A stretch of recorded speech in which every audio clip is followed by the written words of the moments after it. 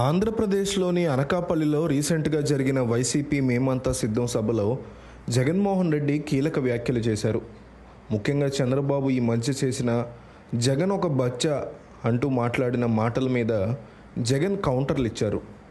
చంద్రబాబు నేను బచ్చా అయితే నువ్వు చాలా పెద్దవాడివి కదా, నీకు చాలా విషయాల మీద నాలెడ్జ్ ఉంటుంది కదా, కానీ ఒక బచ్చా చేసినటువంటి పని కూడా ఇన్నాళ్ళు నువ్వు ఎందుకు చేయలేకపోయావు అంటూ జగన్మోహన్ రెడ్డి చంద్రబాబు నాయుడిని నిలదీసే ప్రయత్నం చేశారు.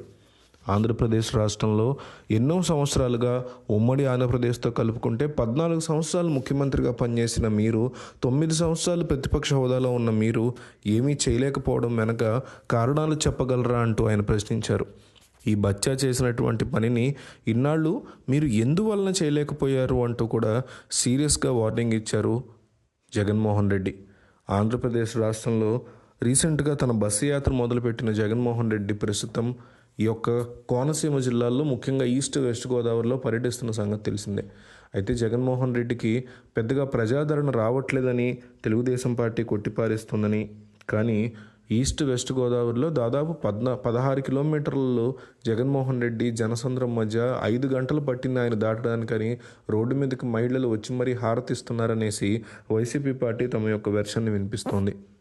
దీని మీద మీకున్నటువంటి అభిప్రాయాన్ని కామెంట్లో చెప్పండి. ఏపీ రాజకీయాలు ఎటువైపు వెళుతున్నాయి, ఎవరు ఎన్నికల్లో గెలవబోతున్నారు అనేది ప్రజలుగా మీరు మాత్రమే డిసైడ్ చేయగలరు.